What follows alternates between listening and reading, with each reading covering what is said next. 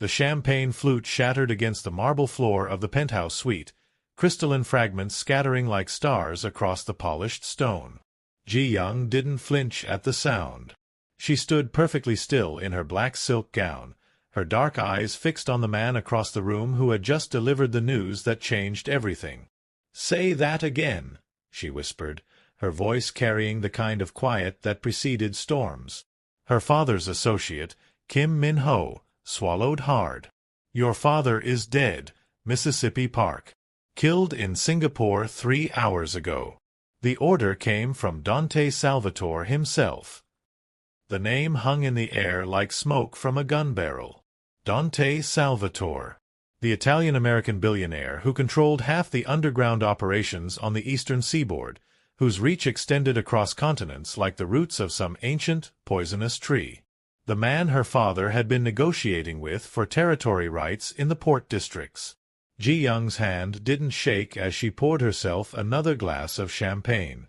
At 23, she had been groomed since childhood to take over her father's empire, trained in languages, finance, combat, and the delicate art of reading men who lied for a living. She had watched her father build his kingdom from the ground up, transforming their family from refugees to royalty in Seoul's underworld. And now he was gone. "Gather the council," she said, her voice steady despite the inferno building in her chest. "We meet in 1 hour. Mississippi Park, perhaps you should take time to—" "1 hour, Min-ho." He bowed and left quickly. Ji-young walked to the floor-to-ceiling windows overlooking the glittering sprawl of Seoul. The city looked peaceful from this height, innocent almost, its millions of lights twinkling like a terrestrial galaxy. But she knew better. She knew what lurked in the spaces between those lights, the deals made in dark corners, the blood that occasionally stained the Han River's banks. She pressed her palm against the cold glass and made a vow that would reshape her life in ways she couldn't yet imagine. "I will destroy you, Dante Salvatore. I swear it on my father's grave, on my family's honor, on everything I am and will ever be. You will know my name, and you will regret the day you decided we were expendable." The city offered no response, but Ji-young didn't need one. She had already begun calculating, planning, preparing for a war that would take her 7,000 miles from home, into the heart of enemy territory. 3 weeks later, Ji-young stepped off a private jet at Teterboro Airport in New Jersey. The October air was crisp and carried the scent of dying leaves, so different from Seoul's urban perfume. She wore a cream-colored suit that screamed old money and carried herself with the bearing of someone who had never been told no and wouldn't recognize the word if she heard it. Her cover was impeccable. Park Ji-young, heiress to a Korean tech fortune, seeking investment opportunities in American real estate. She had papers, a background, bank accounts, and a carefully constructed social media presence that went back years. Her team had worked around the clock to build an identity that would withstand scrutiny, because she knew that getting close to Dante Salvatore would require more than just boldness. It would require becoming someone he might actually want to know. "Mississippi Park?" A driver in a black suit approached her, holding a sign with her name. "Welcome to New York. I'll be taking you to the plaza." She smiled graciously and followed him to a waiting Mercedes. As they drove toward Manhattan, she studied the landscape, memorizing exits and landmarks. "Know the terrain," her father had always said. "A battlefield is just real estate until you understand its character." The plaza was everything she expected. Opulent, discreet, the kind of place where the truly wealthy came to pretend they were just like everyone else, only with better champagne. She checked in, tipped appropriately but not excessively, and retired to her suite to review her intelligence files one more time. Dante Salvatore was 34 years old, Harvard-educated, and had taken over his family's legitimate business empire when his father died 10 years ago. On paper, he was clean: real estate development, import-export businesses, a chain of upscale restaurants. But Ji-young's investigators had found the threads that connected his legitimate world to the shadow kingdom he really ruled. He was careful, more careful than most men in his position, which made him dangerous. He was also, she noted with clinical detachment, devastatingly handsome. The photos showed a man with sharp Italian features, dark hair that looked permanently windswept, and eyes the color of aged whiskey. He wore his expensive suits with the easy confidence of someone who had been wealthy long enough to forget what poverty felt like. She couldn't afford to find him attractive. He was a target, nothing more. The charity gala was held at the Met, a fundraiser for some children's hospital that drew New York's elite like moths to a flame. Ji Young had purchased a table for $50,000, knowing it would get her in the door and onto the social register of people Salvatore might actually notice. She chose her dress carefully, a deep emerald gown that hugged her figure before flowing to the floor, elegant without being ostentatious. Her hair was pulled back in a classic chignon, and she wore her mother's diamond earrings, one of the few pieces of jewelry she had brought from Korea. She looked at herself in the mirror and saw a weapon, beautiful and sharp. The Met was transformed into a wonderland of white roses and crystal. A string quartet played while New York's wealthy mingled over champagne and canapes. Ji Young accepted a glass of champagne she wouldn't drink and began to circulate, introducing herself to various philanthropists and business leaders, always keeping one eye on the room's entrances. She felt him before she saw him. There was a subtle shift in the room's energy, conversations pausing for just a fraction of a second, heads turning with the kind of casual interest that suggested someone important had arrived. And then she saw him. Dante Salvatore was taller than she expected, perhaps 6'2", with the kind of presence that made every room feel slightly too small to contain him. He wore a bespoke tuxedo that probably cost more than most people's cars, and he moved through the crowd with the easy grace of a predator who knew he was at the top of the food chain. Their eyes met across the room. It lasted only a second, maybe two, but Ji Young felt it like a physical touch. His gaze was direct, assessing, curious. Then someone claimed his attention, and the moment passed. She spent the next hour making sure their paths crossed again, positioning herself near people she knew he would speak to, creating opportunities that looked like accidents. It was a dance as old as civilization itself, the carefully choreographed ballet of strangers who wanted to meet without appearing eager. "I don't believe we've been introduced." His voice was deeper than she expected, with just a hint of his Italian heritage warming the American accent. He had approached her near the bar, timing it perfectly so they were momentarily alone. "Park Ji-young," she said, extending her hand. "And you are—" His lips quirked in a smile that suggested he knew she was lying about not knowing who he was. "Dante Salvatore. Welcome to New York, Mississippi Park. I hear you're looking to invest in our fair city." Word travels fast. "In certain circles, yes." He signaled the bartender for 2 glasses of wine. "What brings you to New York specifically?" "There are plenty of investment opportunities in Asia." "I wanted something different," she said, accepting the wine. "My father always said the best way to grow is to go where you're uncomfortable. Seoul is home. New York is a challenge.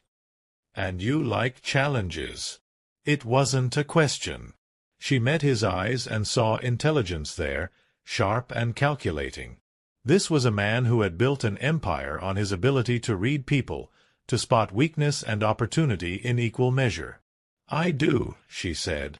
"What about you, Mr. Salvatore? You're quite young to be running such a large enterprise." "That must have been a challenge." "You could say that." He guided her away from the bar toward a quieter corner of the room. "But I had good teachers. My father prepared me well before he passed." Ji Young's hand tightened imperceptibly on her glass. "I'm sorry for your loss. Losing a father must be devastating." "It was a long time ago," Dante said, but something flickered in his eyes. "And you? Are your parents still living?" "My mother died when I was young," Ji Young said, which was true.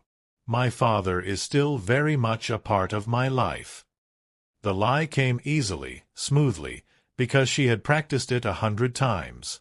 As far as Dante Salvatore knew, Park Chul-soo was alive and well in Seoul, running his tech company and indulging his daughter's American adventure. They talked for another 20 minutes, a conversation that ranged from real estate to art to the surprising sophistication of Seoul's restaurant scene. Dante was charming when he wanted to be, she discovered, with a dry wit that caught her off guard more than once. He was also watching her carefully, cataloging details, searching for the truth beneath her performance. She was doing the same to him. "I'm having a dinner party next week," Dante said finally. "Small gathering. Some people you should meet if you're serious about doing business in New York. Would you be interested?" "I would," Ji-young said. "Thank you." He produced a card from his jacket pocket, heavy stock, engraved, with just his name and a phone number. "Call my assistant tomorrow. She'll give you the details." Then he was gone, pulled away by a senator who needed his attention. Ji-young watched him go and allowed herself a small smile. Phase 1 complete. She had his attention. Now came the hard part.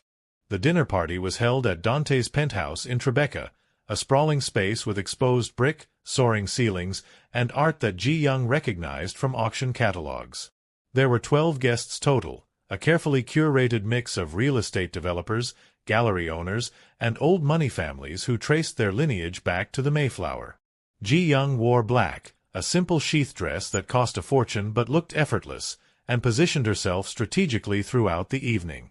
She was charming to the wives, knowledgeable with the businessmen, and gave Dante just enough attention to keep his interest without seeming desperate. She was seated to his right at dinner, which was either excellent luck or careful planning on his part. "Tell me something real," Dante said quietly as the first course was being served. "All night you've been performing. I want to know something true about Park Ji-young." She looked at him, startled by his directness. "What makes you think I'm performing?" "Because I recognize it," he said. "I do the same thing every day. We put on masks and play our parts, and after a while, we forget what we look like underneath." He took a sip of wine. "But I'm curious about you. You're different from the usual trust fund children who drift through this city." "Maybe I'm just better at hiding it," Ji-young said. "Maybe." He studied her face. "Or maybe you're here for a reason you're not sharing." Her heart rate kicked up, but she kept her expression neutral.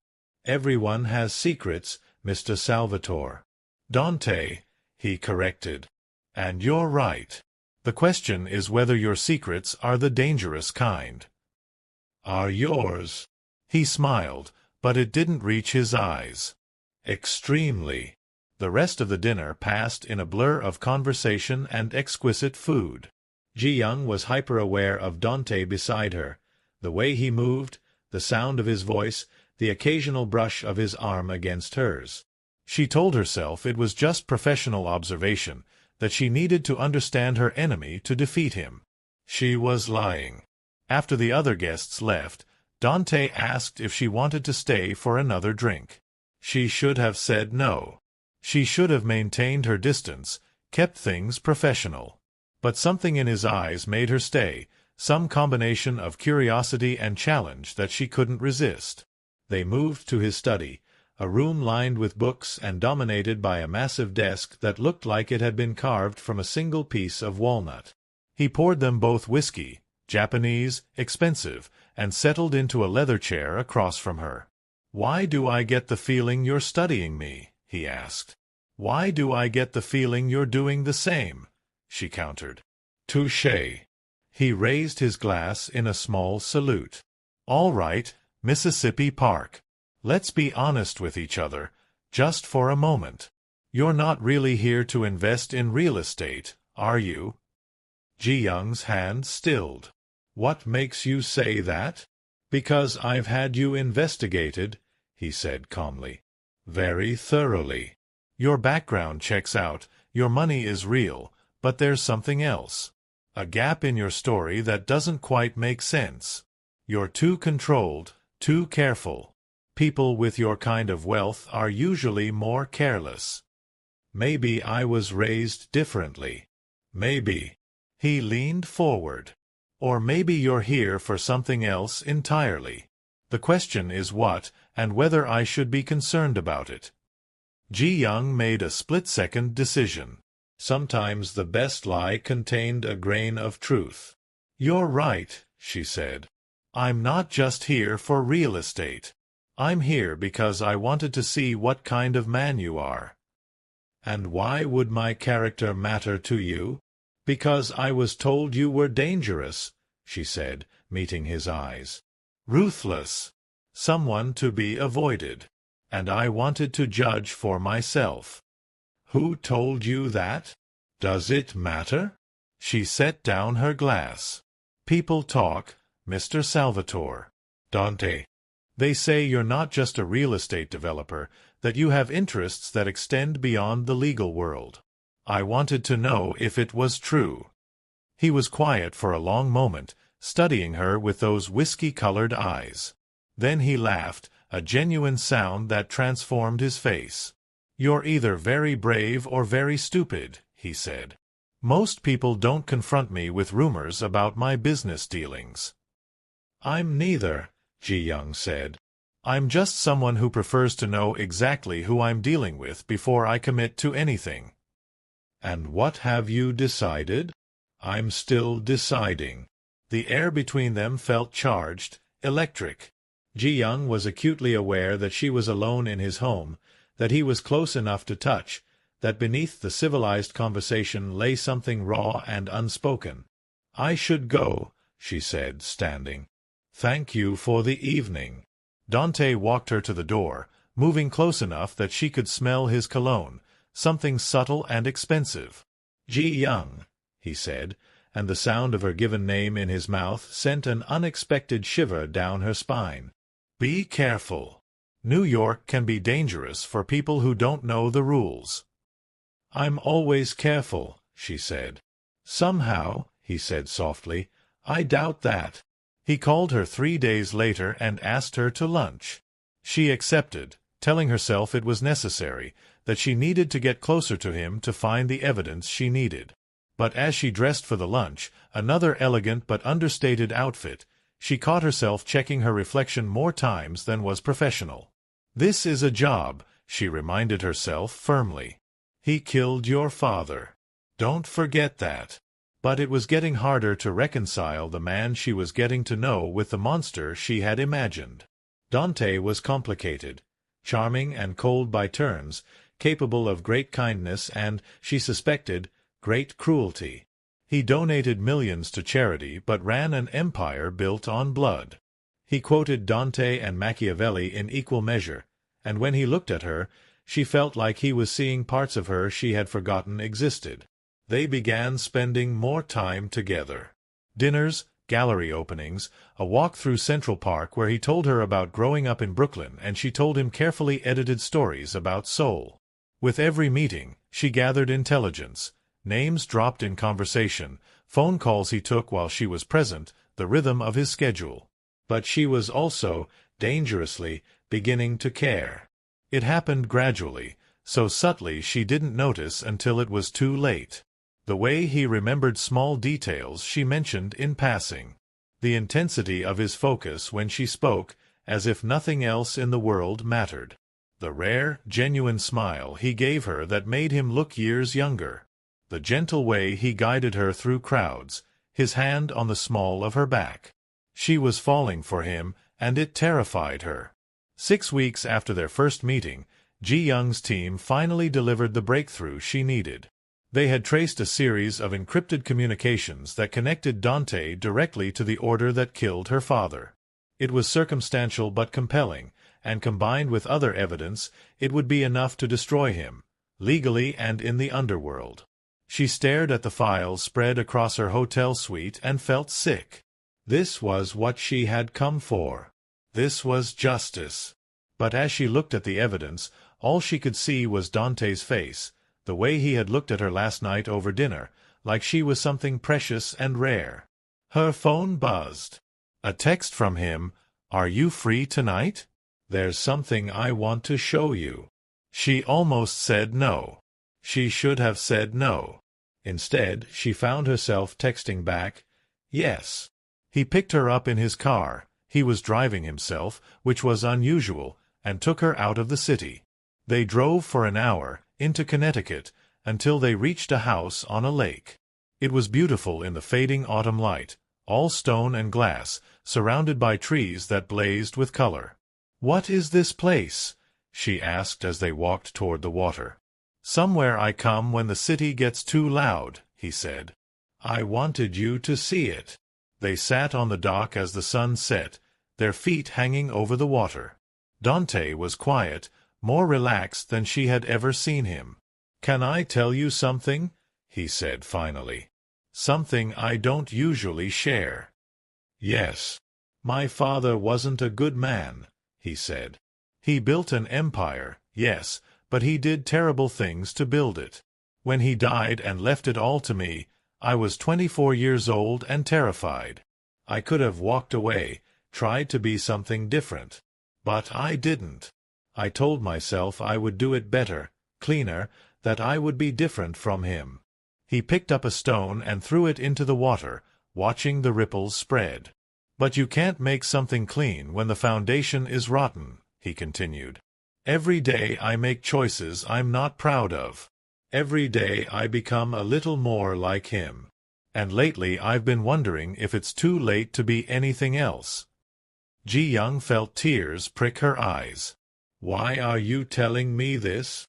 "Because you're the first person in a long time who looked at me like I might be worth saving," he said. "Even though you barely know me. Even though you probably shouldn't." He turned to her, and the vulnerability in his face made her heart ache. "I don't know what you're really doing here, Ji-young," he said softly. "I know it's not just about real estate or investment opportunities. But whatever it is, I hope you'll trust me enough to tell me eventually." She should tell him. She should lay it all out, who she really was, why she came, what she planned to do. But the words stuck in her throat because she realized with devastating clarity that she couldn't go through with it. She couldn't destroy him. "Dante," she whispered, He kissed her. It was soft at first, tentative, asking permission. Then she was kissing him back, and it felt like falling and flying at the same time. His hand came up to cup her face with surprising gentleness, and she pressed closer, trying to memorize the moment because she knew, somehow, that everything was about to change. They stayed at the lake house that night. Not in the way that might be expected. They didn't sleep together, not yet. But they talked until dawn, sharing pieces of themselves that were real and raw and true. Dante told her about the weight of his father's legacy, the choices that haunted him. Ji-young told him about her mother's death, about the loneliness of being groomed for power, about her fear that she would never be anything more than a weapon. She didn't tell him about her father. She couldn't, not yet. As the sun rose over the lake, painting everything gold and pink, Ji-young knew she was at a crossroads. She could continue her mission and destroy the man she had fallen in love with, or she could walk away and let her father's death go unavenged. "Stay here with me today," Dante said, pulling her closer. "Let the world wait." "Okay," she whispered, and meant it. But the world doesn't wait for anyone, and Ji-young's past was about to collide with her present in the most devastating way possible. She didn't plan to stay the night. She didn't plan for any of this. They returned to the city late the following afternoon, and Dante insisted on walking her to her hotel. There was a new ease between them now, an intimacy that felt both thrilling and terrifying. At her door, he kissed her again, slow and deep, and she felt herself dissolving into it. "Have dinner with me tomorrow," he said against her lips. "And the day after. And the day after that." "You're going to get tired of me," she said, trying to keep her voice light. "Not possible." He tucked a strand of hair behind her ear. "You're the most interesting thing that's happened to me in years." After he left, Ji-young leaned against her door and tried to steady her breathing. She was in trouble. Deep, terrible trouble. Her phone rang. "Min-ho."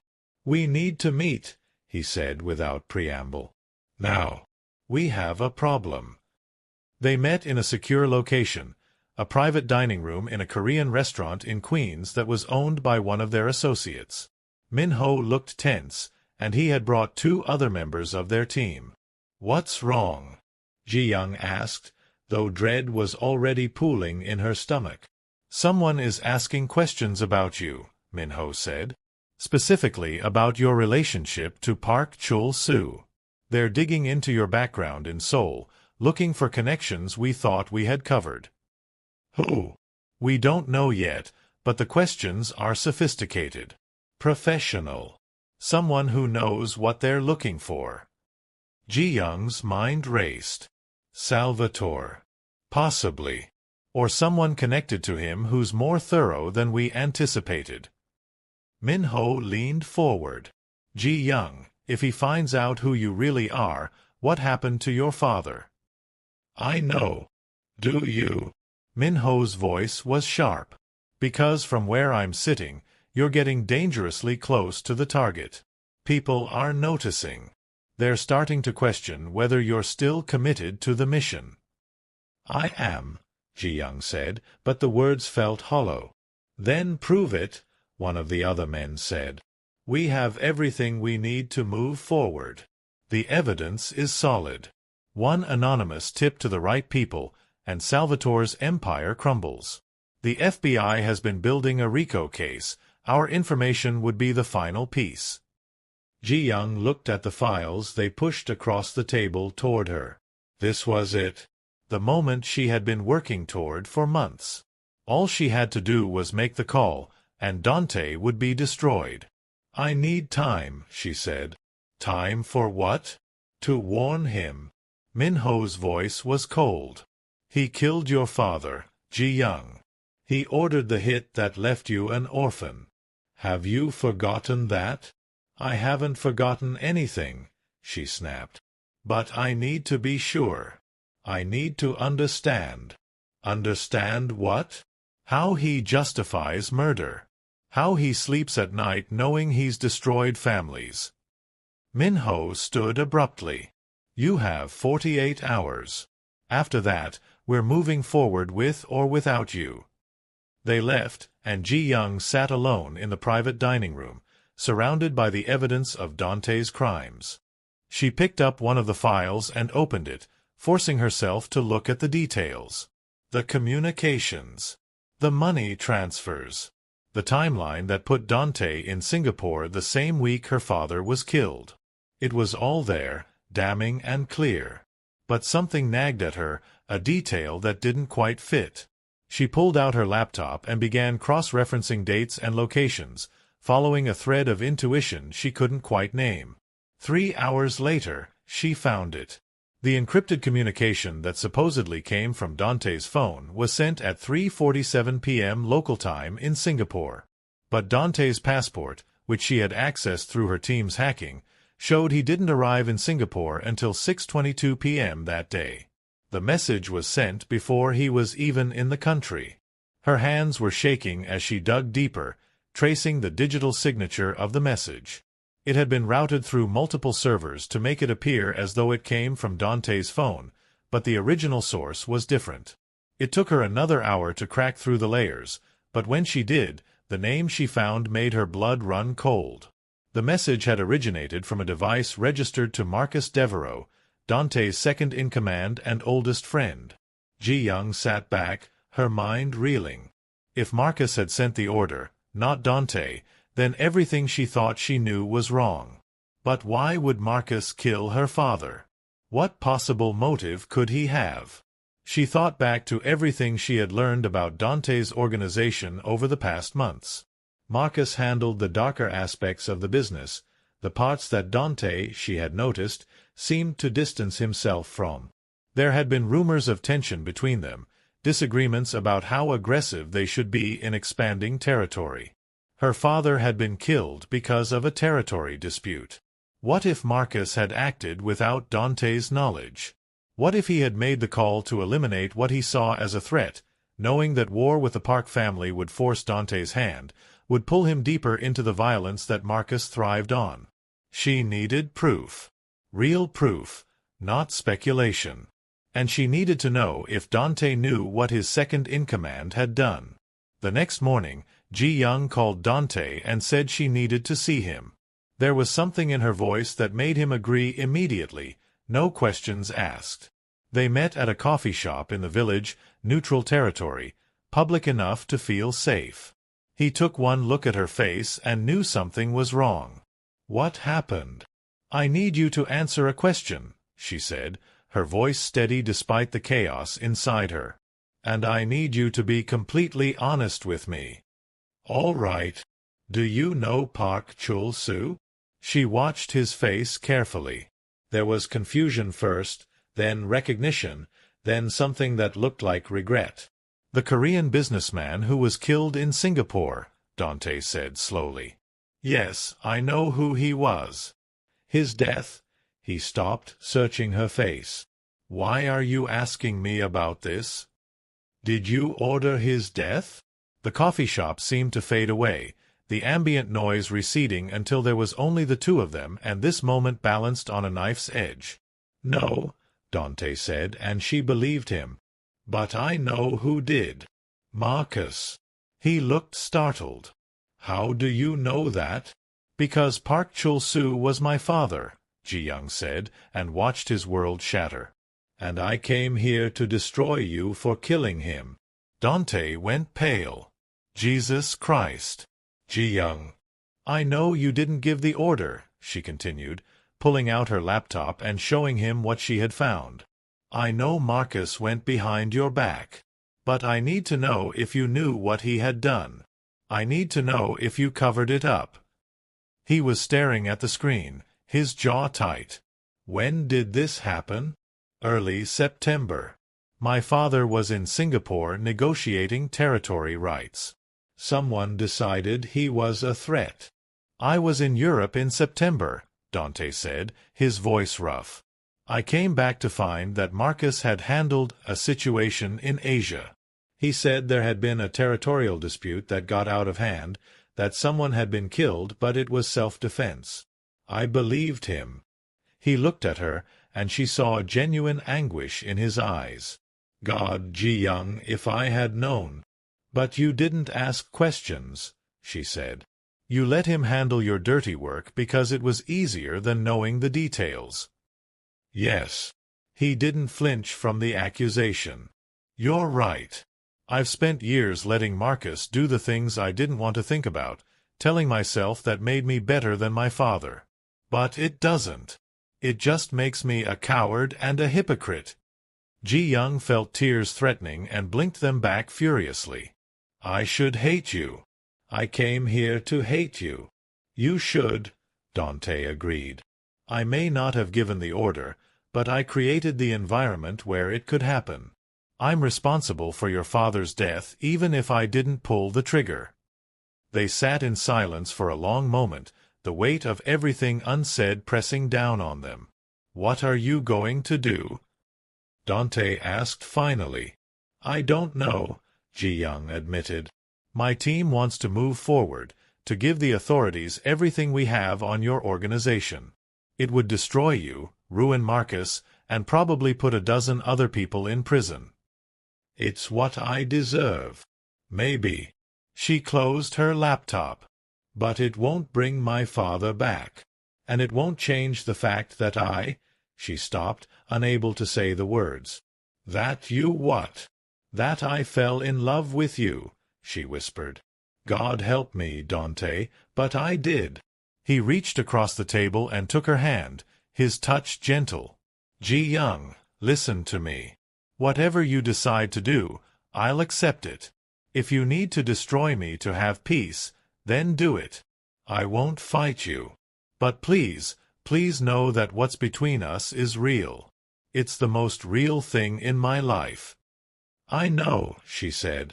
"That's what makes this so hard."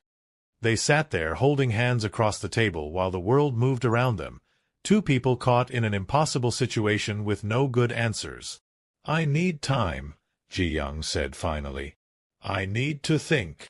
"Take all the time you need," Dante said. "But Ji-young?"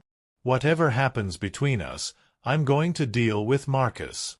What he did, killing your father, lying to me, manipulating the situation, that can't stand. What will you do? I don't know yet, he said. But he's not going to walk away from this. That night, Ji-young couldn't sleep. She lay in her hotel bed staring at the ceiling, her mind going in circles. Every time she closed her eyes, she saw her father's face, remembered his laughter, the way he used to call her his little warrior princess. He had raised her to be strong, to never back down from a fight, to value honor above all else. But he had also taught her that vengeance was a poison that killed the person who drank it. What would he want her to do? She got out of bed and went to the window, looking out at the city that never slept. Somewhere out there, Dante was probably awake too, wrestling with his own demons. And Marcus, the man who had actually killed her father, was going about his business, unaware that his world was about to come crashing down. Ji-young's phone buzzed with a text from Min-ho. Time is up. We move tomorrow night unless you stop us. She stared at the message for a long time. Then she made a decision. The next evening, Ji-young requested a meeting with Dante at his penthouse. She arrived at 8, dressed simply in jeans and a sweater, no armor of designer clothes to hide behind. When he opened the door, she could see that he hadn't slept either. I've made my decision, she said. He stepped back to let her in. All right. I'm not going to destroy you, she said. I'm not going to give the authorities the evidence my team has collected. But I have conditions. Name them. Marcus faces justice. Real justice. Either you turn him over to the authorities yourself, with evidence of what he's done, or I will. Agreed, Dante said without hesitation. What else? You start transitioning out of the illegal side of your business. I don't care how long it takes or how you do it, but you start making real changes. The legitimate businesses become actually legitimate. That's going to be complicated, Dante said carefully. There are people who depend on the current structure, territories that will be contested if I pull back. I didn't say it would be easy, Ji-young interrupted. I said it was a condition. Figure it out. He nodded slowly. Anything else? Tell me the truth about us, she said. If I hadn't been Park Chul-soo's daughter, if we had just met at that gala as strangers, would this still mean something to you? Dante crossed the room and took her face in his hands, his touch achingly gentle. Ji-young, I have spent my entire adult life surrounded by people who want something from me. Power, money, protection, access. You're the first person who looked at me and saw someone worth saving, not someone worth using. Yes, it would still mean something. It means everything. He kissed her softly, and she felt something inside her that had been clenched tight finally relax. I love you, he said against her lips. I know I have no right to, know that it's probably the most selfish thing I've ever said, but I do. I love you, and I will spend the rest of my life trying to be worthy of that, even if you can never forgive me for my part in what happened to your father. I don't forgive you, Ji-young said. Not yet. Maybe not ever. But I love you too, and I want to try to build something real with you. Something that isn't built on violence and vengeance. They held each other as the lights of the city twinkled beyond the windows, two damaged people trying to find a way forward through the wreckage of their pasts. There's something you should know, Dante said after a while. Marcus is coming here tonight. I told him we needed to talk about the Asian territories. He doesn't know that I know what he did. Ji-young pulled back to look at him. What are you going to do? Confront him. Record his confession. Then give him a choice. Turn himself in or I do it for him. Dante's jaw was tight. I won't let him walk away from this, Ji-young. Your father deserves justice, and Marcus needs to face what he's done. I want to be there, she said. Ji-young. He killed my father. I have a right to hear him admit it. Dante looked like he wanted to argue, but something in her expression stopped him. All right. But you stay out of sight until I have his confession. I don't want him knowing you're here until I have everything we need. Marcus Devereaux arrived precisely at 9 o'clock. Ji-young watched from Dante's bedroom. The door cracked just enough to see and hear what happened in the living room. She had a recording device of her own, insurance in case something went wrong. Marcus was a large man, broad-shouldered and imposing, with a kind of face that looked like it had been carved from granite. He moved with the confidence of someone who had never had to question his place in the world. "Dante," he said, clasping Dante's shoulder in greeting. "You said this was urgent. Sit down, Marcus." Dante's voice was cold in a way Ji-young had never heard before. "We need to talk about Singapore." Marcus's expression didn't change, but Ji-young saw his body tense slightly. "Singapore? That was months ago. Why bring it up now?" "Because I know what you did," Dante said. "I know you ordered the hit on Park Chul-soo without my authorization. I know you lied to me about it being self-defense." "I did what needed to be done," Marcus said, his voice hardening. "The Park family was moving into our territory. They were making deals with our distributors, undercutting our prices. Someone had to act. So you decided to start a war without consulting me?" "I decided to protect our interests," Marcus shot back. "Something you've been too soft to do lately. Ever since your father died, you've been trying to go legitimate, trying to pretend we're not what we are. But this business, our real business, requires strength. It requires being willing to do what's necessary." "What's necessary?" Dante's voice was dangerously quiet. "You murdered a man who was trying to negotiate in good faith. You created an enemy where we could have had an ally. And you lied to me about all of it." "I protected you," Marcus said. "I kept your hands clean like I always do.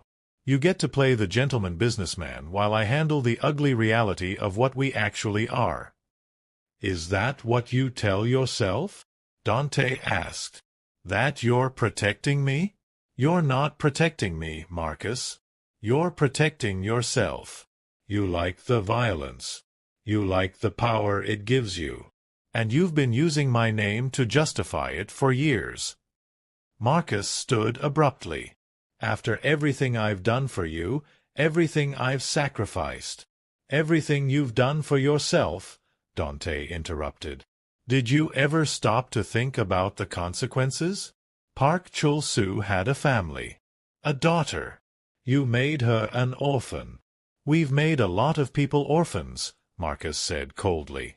"That's the business we're in. If you can't handle that reality, maybe you should step aside and let someone with a stronger stomach run things." "Is that a threat?" "It's a statement of fact." Marcus moved toward the door. "I'm done with this conversation. You want to play morality games? Fine. But don't expect me to apologize for doing what you didn't have the spine to do." "I'm going to the authorities," Dante said. "I'm giving them everything. The communications, the money transfers, all of it. You're going to prison for what you did, Marcus." Marcus turned back, and Ji-young saw something dangerous flash in his eyes. "No, I'm not. Because if you try to turn me in, I'll make sure you go down with me. I have enough evidence to bury you, Dante. Every illegal deal, every bribe, every body. You want to play the hero? Fine. But you'll do it from a cell right next to mine." "Then that's what happens," Dante said calmly. "I'm done protecting you. I'm done protecting myself. What you did was wrong, and I'm not going to let it stand." Marcus laughed, a harsh sound without humor. "You're really going to throw everything away for some Korean gangster you never met? Your father would be ashamed of you." "My father," Dante said coldly, would have killed you himself for going behind his back. The only reason you're still breathing is because I'm trying to do this the right way." "The right way," Marcus repeated mockingly. "You know what? I'm starting to think someone got to you. Started filling your head with ideas about redemption and change." His eyes narrowed. "Is this about that girl? The Korean one you've been spending time with?" Ji-young's breath caught. Dante's expression didn't change, but she could see the tension in his shoulders. "Leave her out of this," Dante said. "Oh, this is rich," Marcus said. "You're throwing away everything for some woman you barely know. Does she know what you really are? Does she know about the things you've done, the orders you've given? I said leave her out of this." "Or what?" Marcus took a step closer. "You going to threaten me now? You forget who taught you everything you know about this business. You forget that I'm the one who's kept you alive all these years." "And I'm grateful for that," Dante said. "Which is why I'm giving you a choice. Turn yourself in, cooperate with the authorities, and I'll make sure you get the best lawyer's money can buy. Take the deal they offer you, serve your time, and when you get out, I'll make sure you're taken care of." "And if I refuse? Then I turn you in myself, and you get nothing but what you deserve." Marcus stared at him for a long moment. Then he smiled, a cold, calculating expression. "You know what I think? I think you're bluffing. I think you care too much about your own skin to really go through with this. So here's what's going to happen. I'm going to walk out of here, and we're both going to forget this conversation ever happened. And you're going to stay out of my business from now on." He turned toward the door. Dante's voice stopped him. "I have a recording of this entire conversation," Dante said. "And I have evidence that ties you directly to Park Chul-soo's murder. You walk out that door, and I send everything to the FBI in the morning." Marcus went very still. When he turned back, the mask of civility was completely gone. "You're making a mistake." "The mistake was trusting you," Dante said. "The mistake was letting you operate without oversight. The mistake was believing you when you said you had my best interests at heart." For a moment, Ji-young thought Marcus might attack him. His hand moved toward his jacket, and she tensed, ready to intervene if necessary. But then he seemed to think better of it. "Fine," Marcus said flatly. "You want me gone? I'm gone. But don't come crying to me when your empire falls apart without someone willing to do what's necessary to protect it." "I'll take my chances," Dante said. Marcus left, slamming the door hard enough to rattle the frame. Dante stood frozen for a moment, then his shoulders sagged. Ji-young emerged from the bedroom. "You did the right thing," she said. "Did I?" He sounded exhausted. "I just made an enemy of my oldest friend and probably signed my own death warrant in the process. Marcus knows too much. Even if he goes to prison, he can destroy me." "Then we'll deal with that when it comes," Ji-young said. "Together." He pulled her into his arms, holding her tightly. "How did this happen? How did I go from being alone to not being able to imagine my life without you?" "I don't know," she whispered. "But I'm here, and I'm not going anywhere." They didn't sleep that night. Instead, they talked through their options, making plans for what came next. Dante would contact his lawyers in the morning, would start the process of giving the authorities what they needed to build a case against Marcus. It would be messy and complicated, and there was a very real chance that Dante would face charges himself. But they would face it together. As dawn broke over the city, Ji-young called Min-ho. "Stand down," she said. "We're not moving forward with the original plan." "What?" Min-ho's voice was sharp. "Ji-young, what are you talking about? Dante didn't kill my father. His second-in-command did, acting without authorization. Dante is turning him over to the authorities." And you believe him? Yes, Ji-young said firmly. I have proof, Min-ho. Real proof. Dante is going to cooperate with the investigation. Marcus Devereaux will face justice for what he did. There was a long silence on the other end. The council isn't going to like this. The council doesn't have to like it, Ji-young said. But they will accept it, because I'm the head of this family now, and this is my decision. You're making a mistake. Maybe, Ji-young acknowledged. But it's my mistake to make. She hung up and turned to find Dante watching her from the window. That sounded definitive. It was, she said, moving to stand beside him. I'm choosing you, Dante. I'm choosing us. Whatever comes next, we face it together. He kissed her temple. I don't deserve you. Probably not, she agreed. But you're going to spend a long time making it up to me.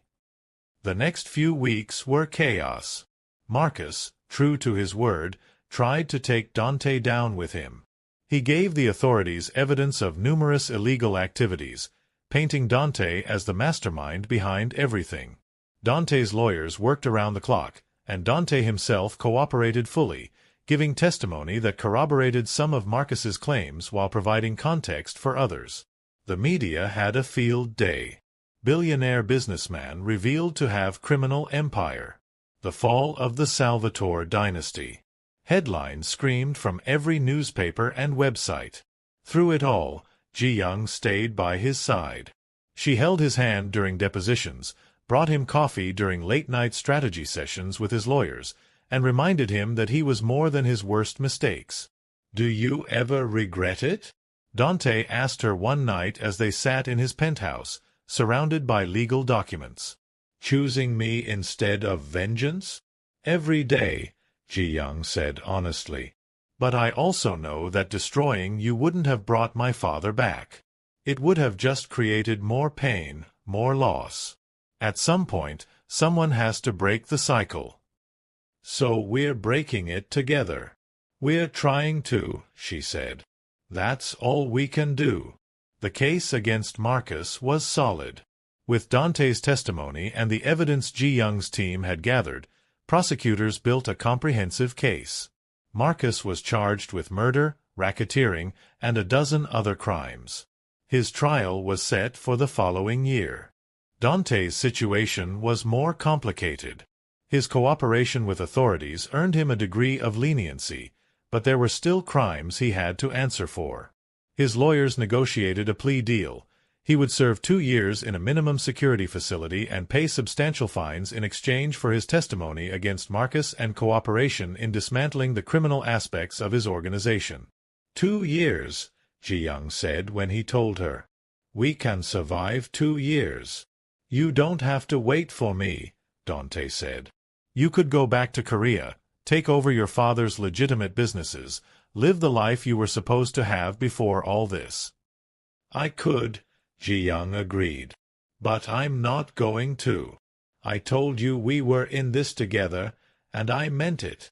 The night before Dante was due to report to begin his sentence, they finally made love. It was tender and desperate and perfect, a collision of need and emotion that left them both shaking. Afterward, they lay tangled together in his bed, memorizing the feel of each other. "I love you," Dante whispered against her hair. "Thank you for giving me a reason to be better." "I love you too," Ji-young said. "Don't thank me yet. Wait until you see what I do while you're gone." He laughed softly. "Should I be worried?" "Probably," she said. "I'm planning to completely restructure your business operations, transition everything to legitimate enterprises, and possibly buy out several of your competitors." "Ambitious. You expected anything less?" "Never," he said, pulling her closer. "You're going to be magnificent." And she was. Over the next 2 years, Ji-young transformed the Salvatore empire. She merged it with portions of her father's legitimate businesses, creating a multinational corporation that specialized in real estate development and international trade. She was ruthless in business but scrupulously legal, and the industry learned quickly that underestimating the young Korean woman who had taken over Dante Salvatore's empire was a mistake they only made once. She visited Dante every week without fail. They talked about everything: his therapy sessions, her business deals, their plans for the future. They argued sometimes about strategy and approach and 100 other things, but they always ended with "I love you." Marcus's trial was a media sensation. He was convicted on all counts and sentenced to 30 years in prison. During his testimony, he admitted to ordering Park Chul-soo's death, and while it didn't bring Ji-young's father back, there was a certain closure in hearing him say the words. The day Dante was released, Ji-young was waiting for him. She stood outside the facility in a simple dress, her hair loose around her shoulders, and when he emerged she ran to him. He caught her, spinning her around, and she laughed and cried at the same time. "Hello, stranger," she said. "Hello, beautiful," he replied, setting her down but not letting go. "Ready to start our life? I've been ready for 2 years." They drove to the lake house, the place where everything had changed that first time. It looked different in the summer light, warm and welcoming instead of mysterious. They spent the weekend there, reconnecting, planning, dreaming about the future. "Marry me," Dante said on their last night there, as they sat on the dock watching the stars. "Are you sure?" Ji-young asked. "We've both got complicated pasts, complicated families. It won't be easy." "Nothing worth having ever is," he said. "But yes, I'm sure. I want to spend the rest of my life with you. I want to build something real with you, something that honors both our father's memories but isn't bound by their mistakes. I want to wake up next to you every morning and know that we chose each other despite everything." "Yes," Ji-young said, tears streaming down her face. "Yes, I'll marry you." They were married 6 months later in a small ceremony that blended Korean and Italian traditions. Min-ho walked Ji-young down the aisle, still not entirely approving but present nonetheless. Dante's mother came from Italy, meeting Ji-young for the first time and immediately claiming her as a daughter. As they exchanged vows, Ji-young thought about the strange path that had brought them here. She had come to New York seeking vengeance and found love instead. She had planned to destroy him and ended up saving them both. "I promise to honor you," Dante said, slipping a ring onto her finger. "To be worthy of the second chance you've given me.